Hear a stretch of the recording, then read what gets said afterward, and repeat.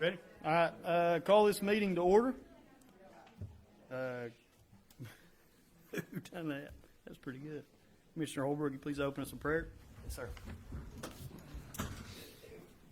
Dear Heavenly Father, we're thankful for this opportunity to serve. And as this new year begins and the hope that that brings, let us be reminded that your word says that the steadfast love of the Lord never ceases. His mercies never come to an end, and they are new every morning. Great is thy faithfulness. So we thank you for your mercy and your love and your forgiveness. We thank you for your protection and intervention during the last and most recent storms. We ask for your presence with us today. For those that are struggling, God, give them your blessings. For those that are hurting, we ask for your divine healing. And for those that feel empty, we pray that you inspire and you give hope. We hold on to the promise. We know that the stories are true. Jesus makes all things new. In his name we ask. Amen. And stand, gentlemen, please uncover and salute. I pledge allegiance to the flag of the United States of America and to the republic for which it stands, one nation, under God, indivisible, with liberty and justice for all. Almost. Pull the chair out. Yeah, I saw that. We don't have insurance. All right. Clerk, will you please call roll? Judge Cheney, Here. Commissioner Salisbury, Here. Commissioner Holbrook, Here. Commissioner Stapleton. Here. All right, next we'll move to approval of minutes for the December meeting. Can I get a motion in a second? So moved. Second. Any discussion? Clerk, will you please call roll? Commissioner Stapleton, Yes. Commissioner Holbrook, Yes. Commissioner Salisbury, Yes. Judge Cheney. Yes. Next, we'll move to the finance section, approval of submitted bills and transfers. Can I get a motion in a second? So moved. Second. Any discussion? Clerk, will you please call roll? Commissioner Stapleton, Yes. Commissioner Holbrook, Yes. Commissioner Salisbury, Yes. Judge Cheney. Yes. Next, move to approval of amendment of clerk's admin code. Kevin, you want to talk about this? Yes, sir, Judge. On our admin code for our office, we changed our vacation policies, and it's on the last page of our admin code. It's just stating where you have to use, if you have, just say for math's sake, 4 weeks vacation, 3 weeks have to be taken in 5 consecutive days, 32 and a half hours. You can take one of those 4 weeks and break it up into individual days. That's all we're doing. So you have to use consecutive weeks, and 1 week can be broken up, so. Okay. Get a motion in a second. So moved. Second. Any discussion? It's sort of like that spray. Yeah. Clerk, will you please call roll? Commissioner Stapleton, Yes. Commissioner Holbrook, Yes. Commissioner Salisbury, Yes. Judge Cheney. Yes. Next, we'll move to 2024 clerk year-end budget. So. Huh? No, Okay. that's for 2024. I got Quarter you. 4. Kevin, do you have anything you want to touch on here? No, sir, not really. Like I said, we took in our normal as usual. We took in 18.1. We were down because of usage tax, where new vehicles aren't being purchased, things of that nature. The economy's kind of slow there, so we did see a decline there. But we were able to secure just under $1 million in grants in 2024. So everything should be in good shape going forward. All right, good job on that. We get a motion in a second. So moved. Second. Any discussion? Clerk, will you please call roll? Commissioner Stapleton, Yes. Commissioner Holbrook, Yes. Commissioner Salisbury, Yes. Judge Cheney. Yes. Next be approval of clerk 2025 salary cap. Salary cap set at $1.6 million. Get a motion in a second. This includes full-time salaries, wages, health insurance, employer match, Social Security, retirement, life, dental, unemployment insurance, workers' comp, etc. So get a motion in a second for 1.6. Snow moved. So do you record it like that? I'm going to. Please do. That would be I'm great. going to. Any discussion? Clerk, will you please call roll? Commissioner Stapleton, Yes. Commissioner Holbrook, Yes. Commissioner Salisbury, Yes. Judge Cheney. Yes. Next, move to approval of Sheriff 2025 salary cap Salary cap set at $4,325,113.82. And this includes full-time salaries, wages, overtime wages, health insurance, employer match, Social Security and retirement, CLEP funding, and retirement. Get a motion and a second. So moved. Second. Any discussion? Clerk, will you please call roll? Commissioner Stapleton, Yes. Commissioner Holbrook. Yes. Commissioner Salisbury. Yes. Judge Cheney. Yes. Next on the agenda is approval to purchase box trailer not to exceed $15,000. This box trailer will be used for community development for Casey. She's acquired a lot of stuff, and it's stored in this building and everywhere, and we need to get it in one central location. $15,000 just a cap for a box trailer. Think it's something 8 by 14, may not be 15. But I also think, or I know, that this will be paid back because we'll sell advertising space and all that too. So it'll end up being a wash all the way across the board. Get a motion in a second. So moved. Second. Any discussion? Clerk, will you please call roll? Commissioner Stapleton, Yes. Commissioner Holbrook. Yes. Commissioner Salisbury. Yes. Judge Cheney. Yes. Also need to amend the agenda. I need to take the bottom line item in the general section, which is approval to purchase 2 side-by-sides from LGA funds. I need to move it to the finance section and get a motion in a second to amend the agenda. So moved. Second. Any discussion? Clerk, will you please call roll? Commissioner Stapleton, Yes. Commissioner Holbrook. Yes. Yes. Commissioner Salisbury. Yes, sorry. Settle down, snowman. Yeah, I know. It's crazy. Judge Cheney. Yes. Jeez. Eager beaver. Crazy. Next on the agenda is approval to purchase 2 side-by-sides from LGA funds. So LGA funds they're designed to be spent on economic development projects, community development projects. I forget how much we have in that account right now, but we'll get that number. But these side-by-sides, one of which will be for the sheriff's office. These are fully enclosed, heat, air, 4-wheel drive. Something they'll be able to use at Rush Off Road and during events that we have countywide. The other one will be split with tourism, and it'll be used for. We have a lot of economic development projects that we go out on. We're always borrowing somebody side by side for it. So I think Tim England's over there laughing right now because we always call him first. So we'll have our own, and we'll be able to use it, and of course utilize both these during emergencies. Ice storm, whatever it may be. We'll have them. We'll have them here on house. So total for them is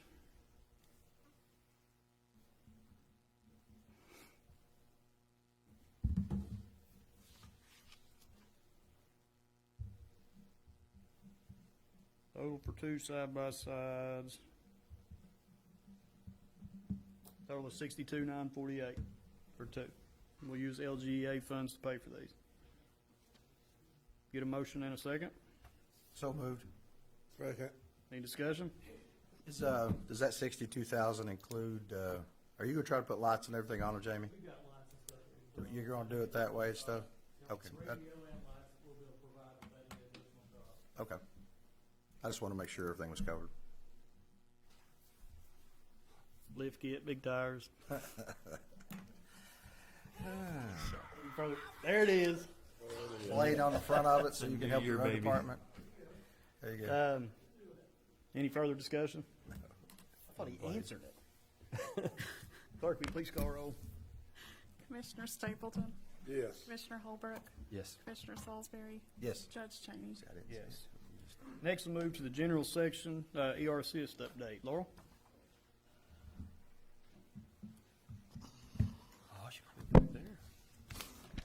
I'm going to report from here so I can look off of Jason's cheat sheet while we. So we have one bid that has come in for one of our FEMA projects. It's the South Big Run Bridge. There's no actual repairs to the bridge. It's the sediment and protection against the bridge piers. That bid is from CTW Contracting. The bid amount is actually $766,000. $766,343, so $766,343. We'll have a standard contract template for that. We'll have the county attorney review that. It's the same template we use for all of the FEMA projects, but we'd like the court to vote to proceed with this contract. We do have to complete the work by mid-April, so it's a very aggressive construction completion timeframe, and there are penalties that we had in the RFP, in the bid documents, to be complete by the time that we need to be complete for FEMA. We do want to have, I do suggest having a not to exceed that is greater than their bid amount, because this is not a lump sum repair project. This is it was bid out on unit rates. So if we end up needing more boulders or more riprap, then we want to allow the road department and the engineer that's consulting the ability to say, yes, put more boulders around that bridge pier without having to come back and change.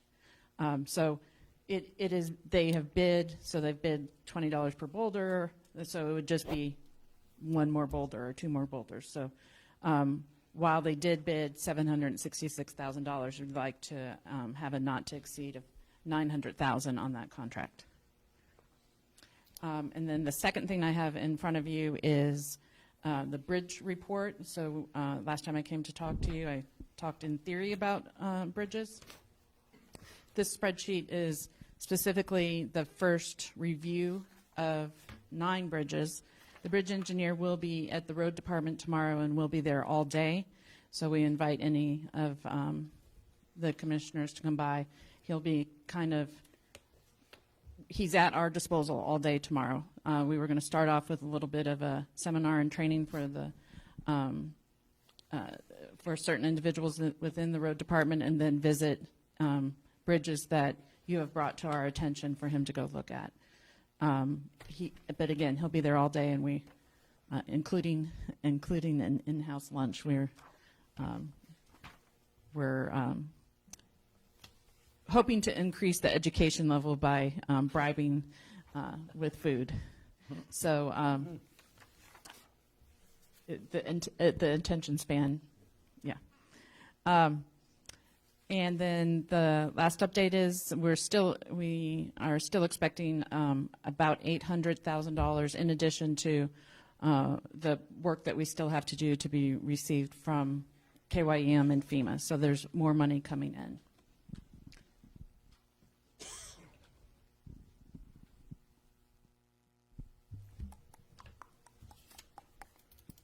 So the contract is for Big Run Bridge, right? Big Run. Okay. And then what was the one that we Yes.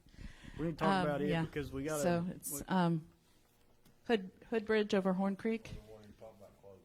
closing. Closing. Okay. Yeah. on Midland Trail. Yeah. We got to go through a process, so we have to talk about that anyway. Yeah. But The bridge engineer, we had scheduled him for yesterday so that we could have some in-depth conversations before this meeting today. However, snow and ice had other plans, so we rescheduled for tomorrow. okay. So we plan to use all of his time tomorrow on some in-depth conversations. Okay. And Curtis, we'll have to pull that back up and look at it because there's a process we got to go through where we appoint viewers for that section of the road and all that. So we'll wait then till we get we'll have that meeting with him and have that discussion so we know which way to go. Which, I mean, ultimately I think everybody's on the same page on this. You know, the entrance is right there, right around the corner anyway. So we just need to get with them, get all the specs and everything we need, and then we'll get with Curtis and we'll get something ready for next court meeting to move forward with that. As far as the Big Run Trace Bridge goes, was that, I forget how we were doing this, was we putting that one on the 80-20 program, or was it going to be used with the money back from? The South Big Run is FEMA. It will be, that project was 90% federal, 5.2% That's right. I local. remember now. Okay. So of this They bid $766,000, so Need to the county set it- will pay 5.2% of that. Set an NTE at like 900, right? Not to exceed, so, okay. Is there a motion and a second to approve, set the not to exceed limit at 900,000 for South Big Run Bridge? So moved. Second. Any discussion? Clerk, will you please call roll? Commissioner Stapleton, Yes. Commissioner Holbrook, Yes. Commissioner Salisbury, Yes. Judge Cheney. Yes. And we invite any commissioners, if you have concerns on bridges or just want to talk to the bridge engineer, he will be at the road department all day tomorrow. We appreciate that. Appreciate your work on this too. I mean, this is,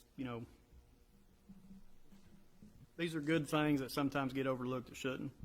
I'm glad we've got a bridge program in place where we're going through and inspecting all these, so,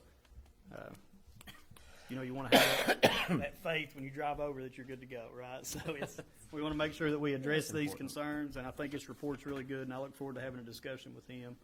And then next court meeting, we'll look to have an appointment for viewers of the section of that one bridge, Midland Trail, we're going to close. All right, anything else, Laurel?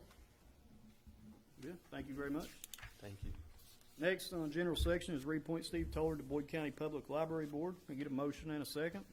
So moved. Second. Any discussion? Clerk, will you please call roll? Commissioner Stapleton, Yes. Commissioner Holbrook, Yes. Commissioner Salisbury, Yes. Judge Cheney. Yes. Next on the agenda is Amendment 2.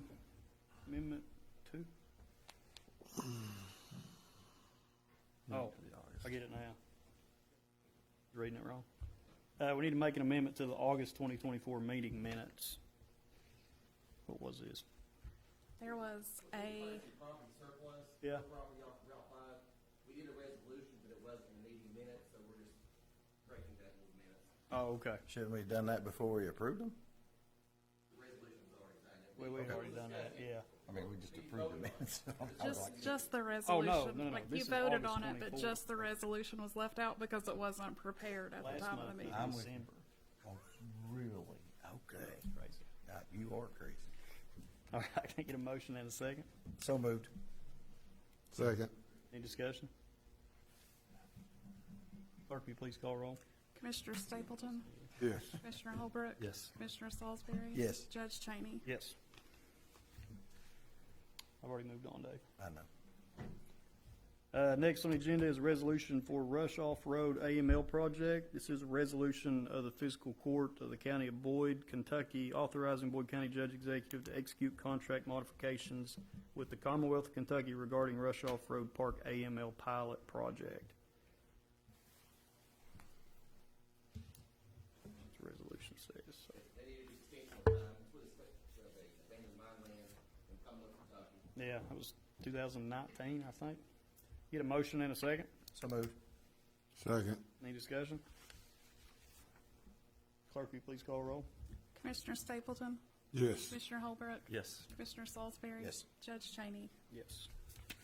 Do you need this one, or do you have one? I have that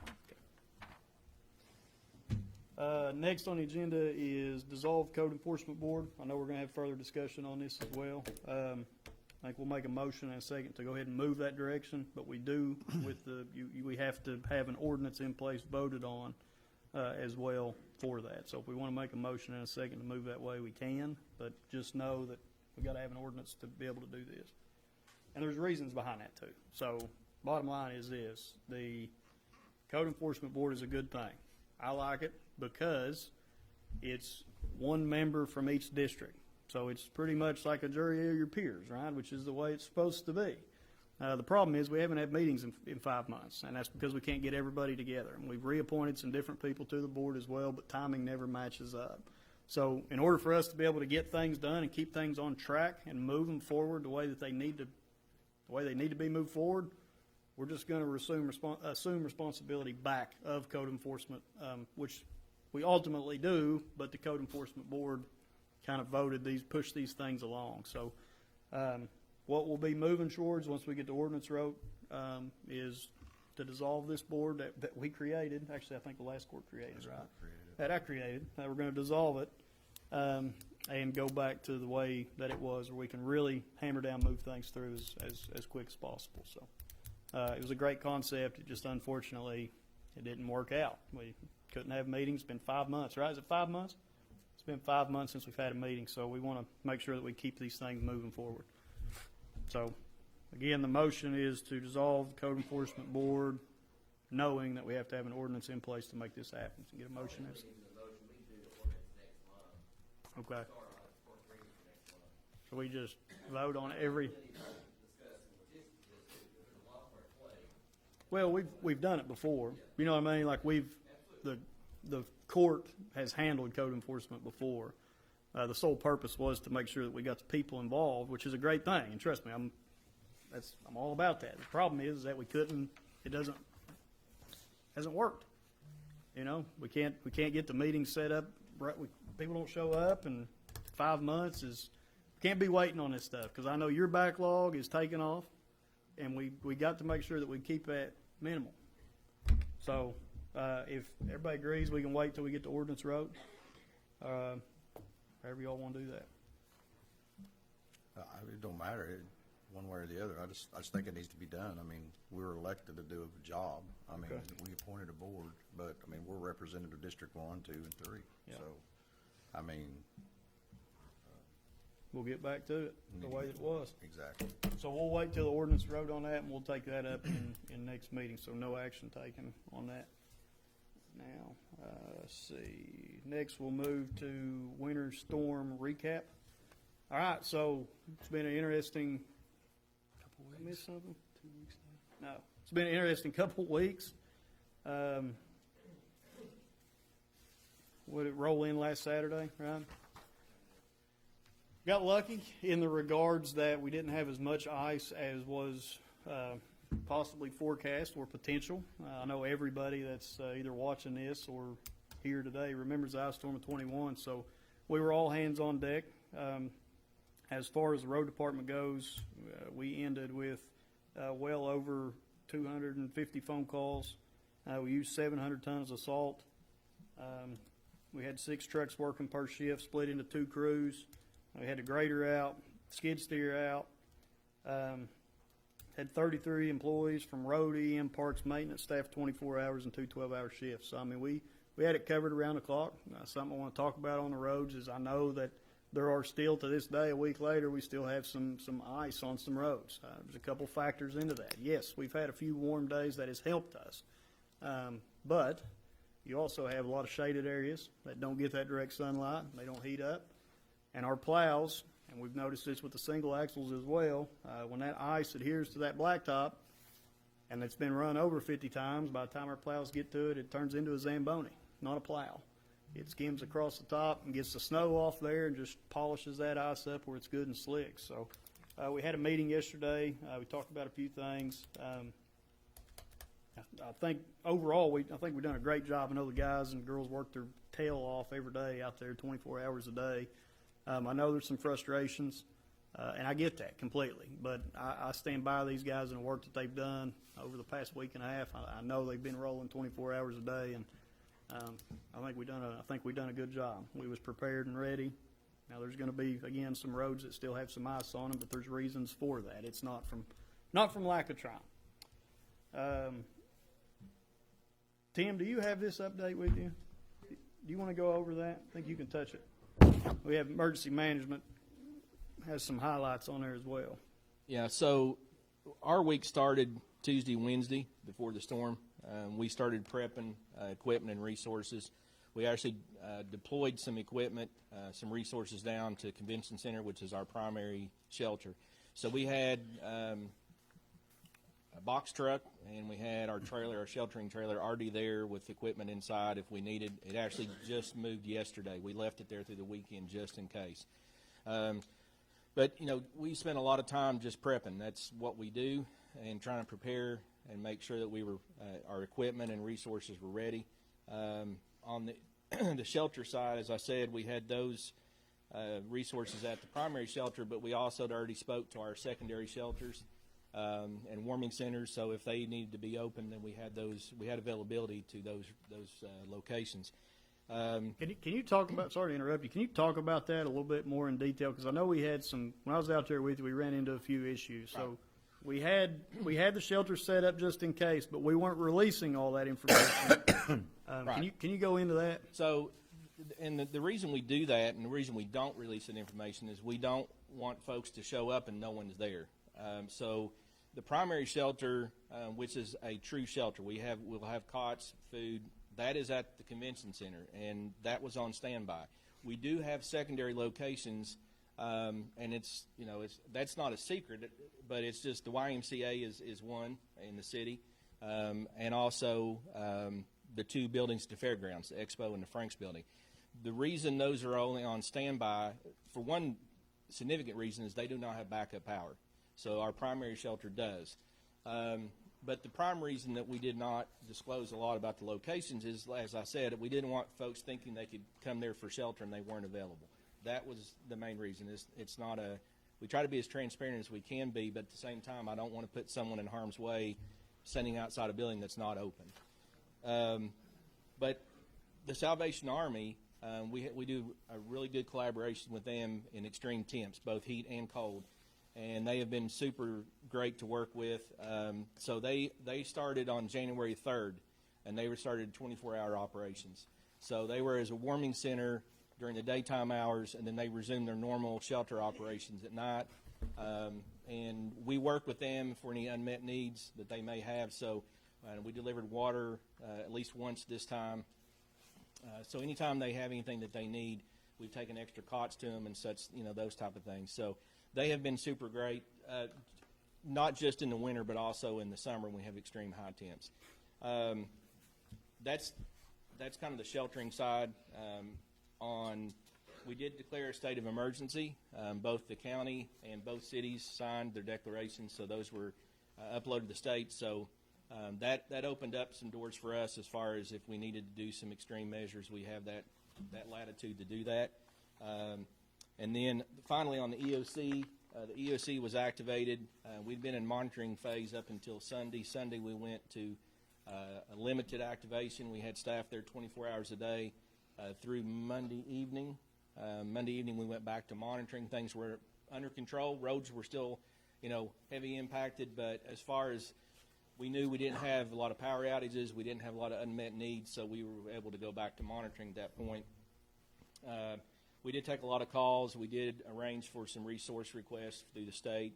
One which was through UKKD. They needed some assistance from National Guard transporting employees. We made that arrangement, and they were on the ground transporting employees back and forth.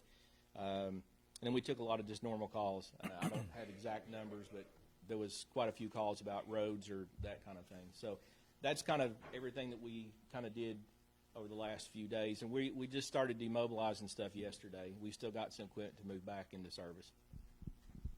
Thank you, Tim. We was ready, and thank goodness we didn't have to use it, right? So,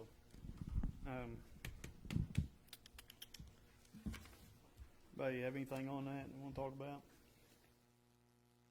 I know our road department and a lot of our EM, takes a lot of grief on social media and stuff. Jamie, you guys did an awesome job, trying to get the word out and everything about the roads. I thought everybody did a great job. I mean, I know how many phone calls I had. Of course, I talk to Dave about every morning. And then I know Jeremy's had a lot, and so has Randy. But, of course, I can't even tell you probably how many you've had. So, but just to say thank you to you guys. I mean, nobody understands what kind of stress and everything that we all go under when something like that happens. I mean, it's all right to sit there and be a keyboard warrior, but you really need to take a look at what these guys really are doing. And it's a 24/7 thing. I mean, 12-hour shifts. I mean, we come back in, going right back at it again. It's tough. And, and people calling me saying that the road never was touched, and I drive out there, which I probably shouldn't have been, but I just wanted to see it for myself. And, of course, you're talking about your Zamboni action, but when the blade hits the ice and I drive over it and I'm going like this because the blade was hopping on the ice going over it, I know that the blade had been down, so it's just an understanding that people just don't understand whether the road was done, wasn't done. Was it salted, not salted? Just like you told me 1,000 times every time I called, you can't see white salt on a white snow. So, And when you get the temperatures below 19, salt's not going to work. salt's not going to work. not gonna And work. I just like I said, I want to say thank you. You know, I've got a pretty good understanding of what you guys go through. You know, I can't appreciate y'all enough. I think EM did a great job. Jamie, you guys were in force. Bill, I know I saw your guys out here working their tails off too. You know, I mean, I know they're prisoners, but at the same rate, they still are out here doing work for the community, and that's commendable. So, I just want to say thank you. We need a waiver and like a ride-along program. Seriously. I'm serious. I don't know how we can do that, but if we can come up with a waiver for a ride-along program, I'd strongly encourage you to come sit in a plow truck for a couple hours and go on some of these routes. Yeah, y'all are much appreciated, and we'll be ready for the next one if we have any salt left. Ain't fun, I've done it for 28 years, I know all about it. Yeah. No, I got a lot of respect for these guys out day and night. So, all right. Next, under transparency, we'll move on to animal shelter year-end report. Debbie.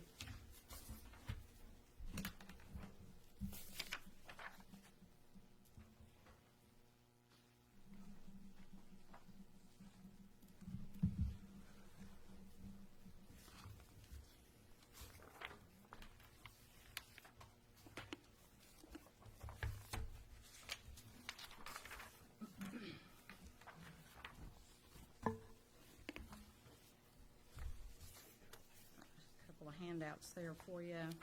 The end-of-year numbers report. As you can see, we had a total intake of 234. We had 142 adoptions, 36 transferred, 7 deaths.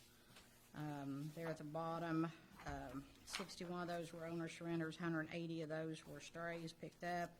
We only had 29 strays reclaimed by owners.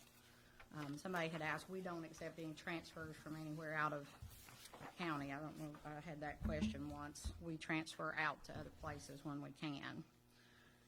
The other sheet that you have there, I won't go through all of that, but that is, I had a question about that.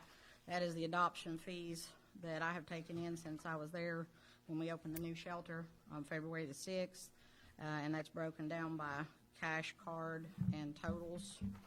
So if anybody has any questions about either one of those sheets before I go on, it's just that information broken down there for you. And the fees were different sometimes from month to month, just FYI, because I did specials and things trying to move animals, so there was a difference in prices from time to time, so that's why I just did totals. I do have it broken down if anybody needs it on how many of each different price point that we had. We've had 10 adoptions so far this month, which is pretty good. I'm hoping that continues. I did want to mention our volunteer program is growing all the time, doing great things. Blair Hicks has been instrumental in helping me with that. She's our volunteer coordinator. She does a fantastic job. She does a great job helping me do videos and things of the animals and try to help move them as well. Several of the volunteers have been helping with that. So I really want to appreciate that and appreciate Mr. Cheney, Jeremy, people different had put out announcements about volunteering, and that's really helped pull in people quite a bit. Also want to thank you all for we got the new dog washing station installed and new industrial or commercial grade sink in there. It's made a big difference. So we're using the dog station as we were leaving today. So the dogs, that's really made a big difference for our animals. I've also wanted to let you know I'm continuing to reach out constantly every week to other rescues across the Northeast, everywhere from Minnesota to New Hampshire, trying to find other rescues to help us take some of the animals. Unfortunately, we've said this 100 times, it's a national epidemic right now, so not had a whole lot of luck. Everybody's pretty full, just like we are. But we're still working on it. I still send those out constantly. I've had some volunteers that are also helping to look for placement for some of our harder to place animals that we've had for quite a while. that's really all that I had, other than I still would like to encourage you all to continue to look for a way we can have low-cost spay and neuters. That's still the biggest need that we have in this area. I get calls every day. Like I said, a lot of people do want to do the right thing, but it is very expensive, and the cost is kind of prohibitive for a lot of people. So the Help for Animals in Barbersville remains the only really low-cost place in the area, and they stay backed up, and some people have trouble getting up there and things like that. So I really wish we could come up with a way, and I'll help in any way I can to do the legwork on that. If we can find a way and a place and do some research on how we can get a program started, because that would help our numbers tremendously and help folks that want to take care of their animals and get the right thing done, so we don't have this overpopulation problem. I agree. We used to have a spay and neuter program, to where we took part of the money, the adoption fee, and then there was another foundation that we had that worked with us. I can't remember what that foundation was called, but Terry Tamati and those people were the ones that helped us before. Are you Foundation for the Tri-State? Oh. That's who we work with now. I think it was the lady that we did the building with over on Bob McCullough. Remember, she donated money for us to build that building, and then we ended up building this building. Right. All that. But anyway, the number that sticks out here to me, and just like I said, I've done this even when I was in the last time in office. 61 surrenders. And that's just people saying, I can't afford to have this dog, I'm giving it to you. That's a fraction of the calls I get. Well, and I'm sure some of the strays are surrenders also, but they just kind of let them out and let them go wherever they can. Yeah, and put basically 'em they're out. all surrenders. They've either thrown them out or they bring them. I try to hold space and focus on the ones running loose. Oh, We yeah. get calls every day, but I get a tremendous amount of calls of people saying, I need to bring this dog in, need to bring these pups in. Can you take this litter of pups from me? And we took, like I said, 61 of those directly from the owner rather than them throw them out, but Well, it's a I think another tremendous problem thing. that I've seen also, because it's kind of happened around in my district a little bit, and I know Toby can attest to this, is we've gone to some animal cruelty situations to where people are like, listen, I'm on a fixed budget. I know I've got them chained out, I've got hay in their barrel, but I got to eat myself. Blah blah blah blah blah. But those dogs are still on a leash because we're full. And we're not handling a problem, that needs to be handled. And that surrender thing is, I know this particular person would have gave her dogs up if our shelter wasn't full. But that's what we had to tell them. Is it shelter full? I mean, it's sad that somebody has to admit that to somebody, when for animal cruelty charges, so forth and so on. But at the same rate, I drive by there quite often, and I still have to see those animals out on chains and barrels, and I know some of the neighbors have picked up a little bit, because they did know what was going on and have been helping the situation and stuff. But that's part of your thing about watch your neighbor during the snow. Yeah. You got to watch Right. the animals during the snow also. So, but it's an ongoing problem, and I don't know what the answer is. We need to address it. There's no question about it. I don't know how, that's what we gotta figure out, how to do that. That's the reason why they I put us mean, here. because if we had a Walmart supercenter, it'd be full. Absolutely. Like I said, I turn away 20 to 30 animals a day, and that's just dogs and puppies. That doesn't even touch cats. It's like I said, it's nationwide epidemic, and everybody's struggling to figure it out. But spaying and neutering is the main thing, because that's why we just keep, some of these people just keep reproducing, their dogs. It's totally- mandatory before they get adopted, right? I'm sorry. Isn't that mandatory before they get Yes, adopted? we require, we're doing that. mean, We're doing our part through the shelter. Chipping for away that. at it, but we don't know how many's out there, right? Correct. People that keep wanting to surrender them or keep, having more litters, letting their animals have more and more litters, not getting them fixed because they say they can't afford it.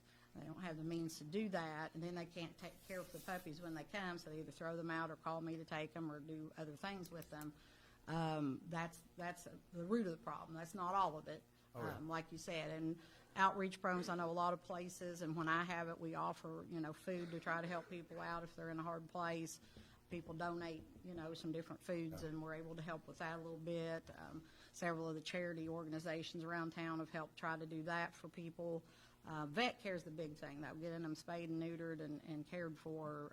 They just can't afford it, and then that leads to them getting rid of them or producing more of them, more of the problem. Your video did a pretty good job I don't on know it. I don't know how to fix the problem, though. Oh, I know that, but I'm talking about maybe, about getting, supplies and stuff like that. Your video did a good job getting volunteers.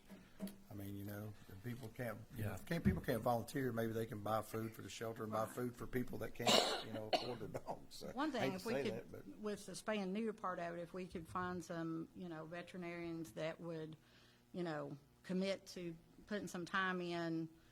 I know Chrissy Dillo used to do the cat spay and neuter program out there at Kiowa, and she went to Lexington and got somebody to come in periodically.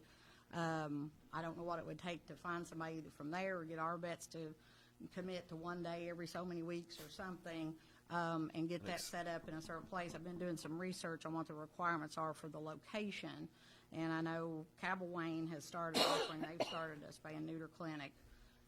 And one of the volunteers is doing some research with them to see what they had to go through to get that set up, and what the requirements are. Of course, a little different for Kentucky. The last but time that what we have looked to have.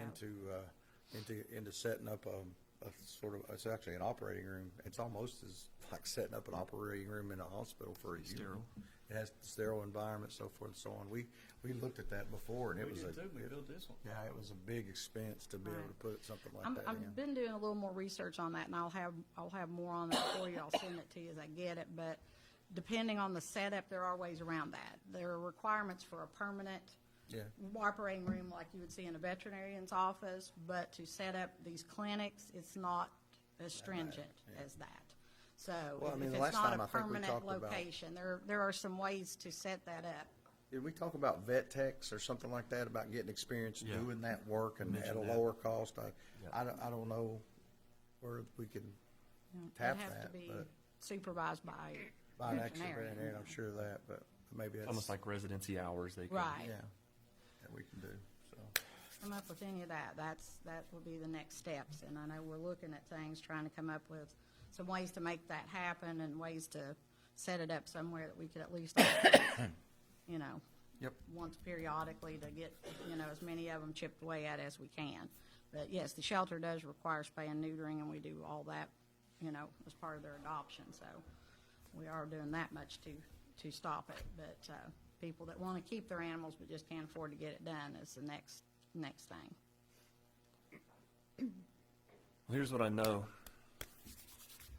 62 people signed up to volunteer because of the form that went out last month.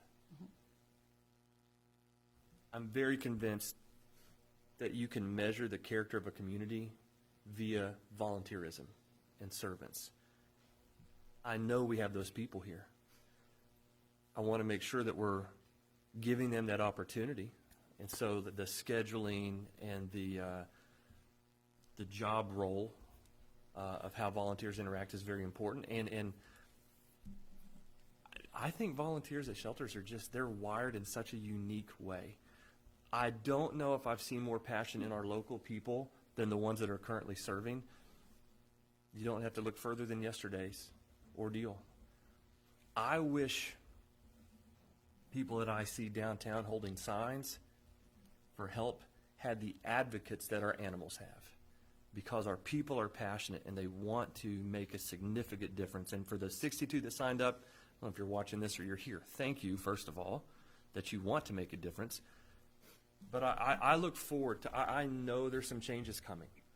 I know there's some decisions that will be made. I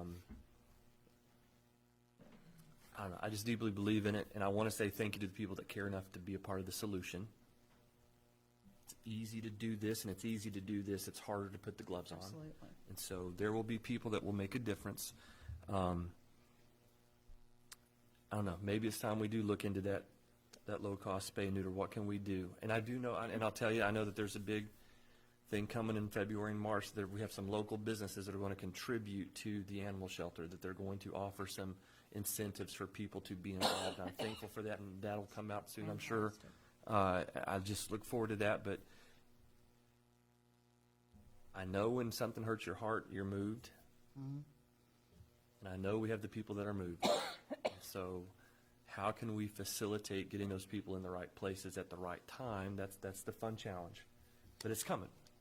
I know it because Justin's on it every day, and I know he gets tired of us asking. But you guys are doing a great job, so thank you. Appreciate it. Since you did mention the homeless, that's another thing that I would love to see us change. A lot of our homeless people have pets, and in these horrible conditions, they will not come in where they need to be safe because they will not be allowed to bring their pet with them. So I really wish, I know we don't have control over all that, but I really wish the shelters would reconsider or whatever it needs to be to do that, because we have reached out in the past. I have tried to help folks that had pets, and I've gone and, talked to them in these horrible conditions, like, oh, you need a ride to the shelter. I can't go, I can't take my dog, and I won't leave my dog. And I love that they love their animals that much, and they refuse to leave them. I wouldn't leave mine either. But it prohibits them from going and getting help that they need. Sure. And they're out on the street in 7-degree weather because they can't go in anywhere and keep their animals. So that's the flip side of it. Those folks are not Right. throwing their dogs out. They're trying their best to hang on to them, and they will freeze trying to keep them. So that's another problem, that we need places where they're allowed to go to get warm and stay with their animals. Just wanted to throw that in there. Did anybody else have any questions or anything? I do not. Do you all? Appreciate you very much. Thank you. Thank you.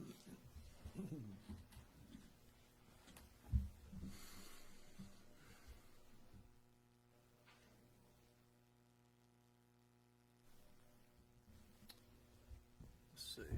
Next, we'll move to community comment.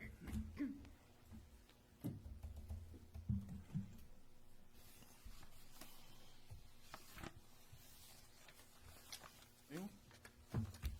New business? I have one thing. Larry, did we look at, remember when we was looking at Picklesheimer out there? We was running that by the storage units. We was kind of doing that. Did we ever get an answer on that? Kind of where that fell?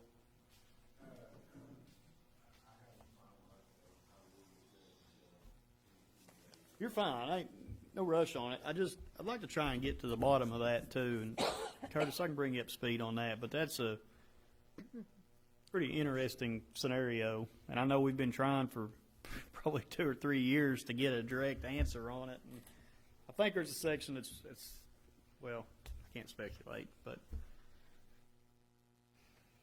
I don't know who owns it. I don't think, I know it ain't, we don't own that section. We do not, the county does not own that section. I do know that. But I don't know what's inspired over the years. I just would kind of like to get a set answer on that and see what we can come up with. Okay, I appreciate it very much. Commissioners, do you all have anything else?